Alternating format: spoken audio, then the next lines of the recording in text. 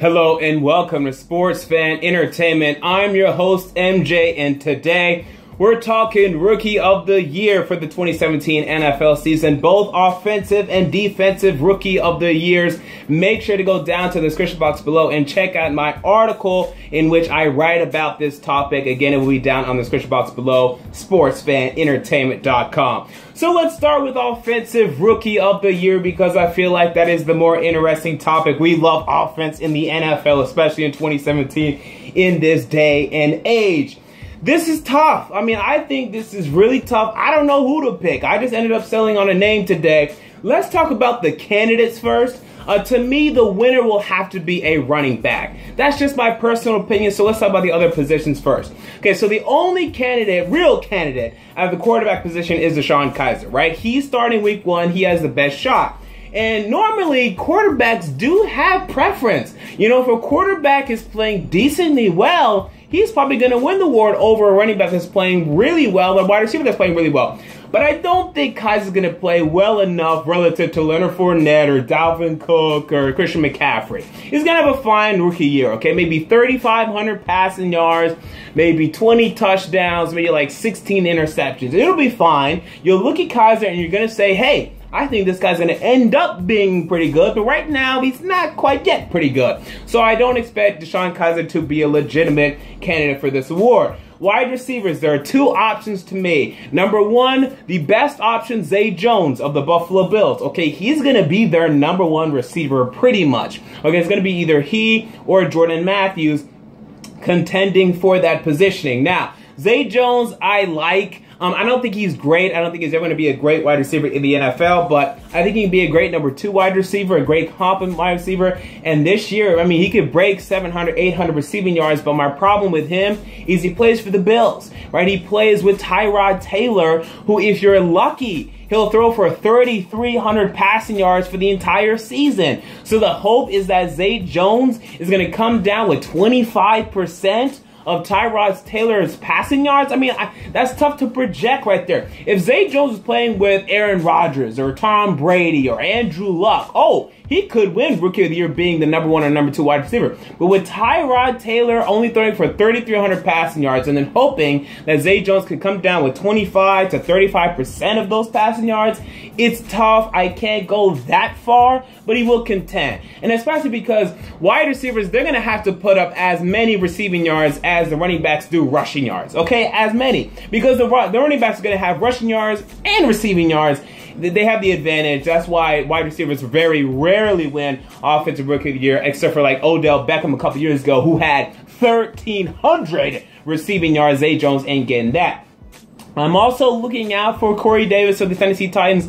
I am a Titans fan. I'd love to see him win it, and he could. I'm not being biased here. It's just essentially because of the fact that he was the number 5 overall pick, and he will still start for this team. We just haven't seen him, right? For all we know, maybe he and Marcus Mariota have this great rapport from week 1. It's going to be firing on all cylinders. It's going to be like Derek Carr and Amari Cooper was in 2015. It's going to be crazy. It's going to be ridiculous. It could even be like Eli Manning and Odell Beckham. It could be. We just don't know. We know Corey Davis has that talent. We know Marcus Mariota has that talent. Will they have that connection? I don't know. And also, there's just so many Titans wide receivers right now. Taywan Taylor's been playing great in the preseason. He's going to take away from Davis' share. Rashard Matthews still looks consistent. He's going to take away from Davis' share. You look at Eric Decker, if he ends up making the roster, same thing. Cannot go with a wide receiver to win this award. So we have a bunch of running backs. Okay, I count how many? 1, 2, 3, 4 running backs, and maybe even 5 that are also legitimate contenders for this award, and it's crazy. Okay, let's start with the one that I think is the least candidate, I guess, and that'd be Joe Mixon. Perhaps he just starts off so hot, and the Bengals have to give him most of the line share for the running back carries. That could happen. But I don't think so. I think he may end up with 1,000 rushing yards, but probably not the 12 or 1,300 required to win this award this year, because they're still going to give some carries to Jeremy Hill, and Giovanni Bernard will be the receiving back. Okay, because yeah, he's definitely the receiving back right now for this football team, whereas a guy like Dalvin Cook is both the rushing and receiving back for the Vikings. So Joe Mixon, probably not to me. Christian McCaffrey. wanted to pick him. He has been dynamic in the preseason. He's been making plays, making moves. He's been interesting. My problem with him is it doesn't sound like he's going to be getting a large majority of the rushing snaps for the football team for the Carolina Panthers right now. Looks like Jonathan Stewart will be getting involved, and maybe even Cameron Artis-Payne. I think McCaffrey will end up with probably like 800 rushing, 500 receiving yards, which combines to 1,300, but the other guys will combine for more. So I can't go quite there for Christian McCaffrey. Now we get into the big three. Let's start with the surprising of the big three. Kareem Hunt. This guy will start for the Kansas City Chiefs.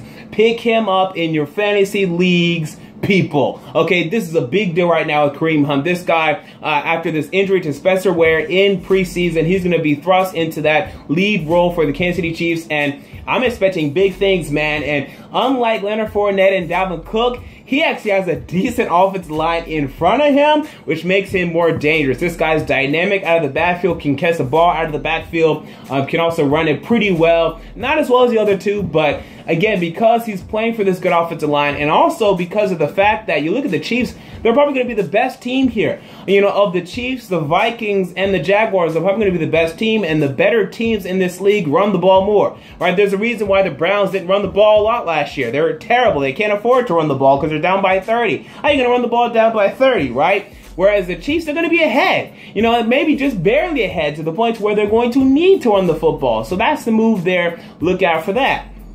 Now, Leonard Fournette. The thing is with him, he had one preseason game. It wasn't overly impressive, but I still saw some things that I liked. Okay, and obviously he was the 4th overall pick in the 2017 NFL Draft. You have to love that.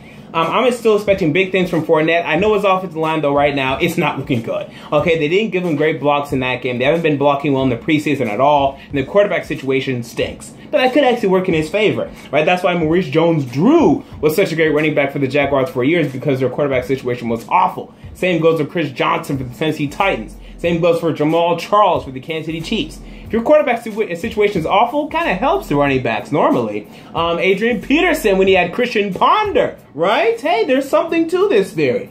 Okay, and the running back Dalvin Cook, I'm expecting big things from him too. But again, we have offensive line issues. So basically, I'm looking at Fournette, Hunt, or Cook. Okay, am I going to trust the offensive line and the team being good in Kareem Hunt? While Hunt is not far off in talent from Cook and Fournette, Fournette and Cook are still more talented. Or I'm going to go with talent, with draft capital, Leonard Fournette, or with a combination of both and Dalvin Cook. Dalvin Cook is the mixture of both draft capital, high draft capital, and low draft capital between Leonard Fournette and Kareem Hunt, while still having most of the lion's share of carries, because all three of these guys are going to have the lion's share. I mean, everyone's going to have to give up some carries. Fournette's going to give up some to Yeldon and Chris Ivory. Dalvin Cook's going to give some to Latavius Murray, and Kareem Hunt's going to give some to Jordandre West. They're going to be the lion's share guys. Who do I go with? I'm just going with the highest draft capital. Just give me Leonard Fournette. Because the Jaguars, Tom Coughlin, Doug Marrone, they want to run that stupid football, and their quarterback situation is awful. Okay, it is terrible right now. They're going to have to rely on the run game. So I'm going with Leonard Fournette, but it would not shock me at all if Dalvin Cook gets it done or Kareem Hunt gets it done. I'm looking at for all three of these gentlemen. And now we move on to Defensive Rookie of the Year, where to me, there's more candidates, but I just narrowed the list down more. I have about 5 names here. Let's start with my honorable mentions. I did not go with Myles Garrett today, although I easily could have.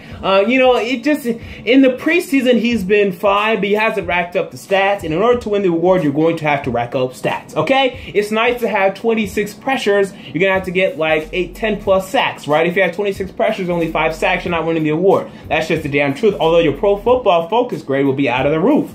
You look at Derek Barnett. Okay, I think he's another candidate.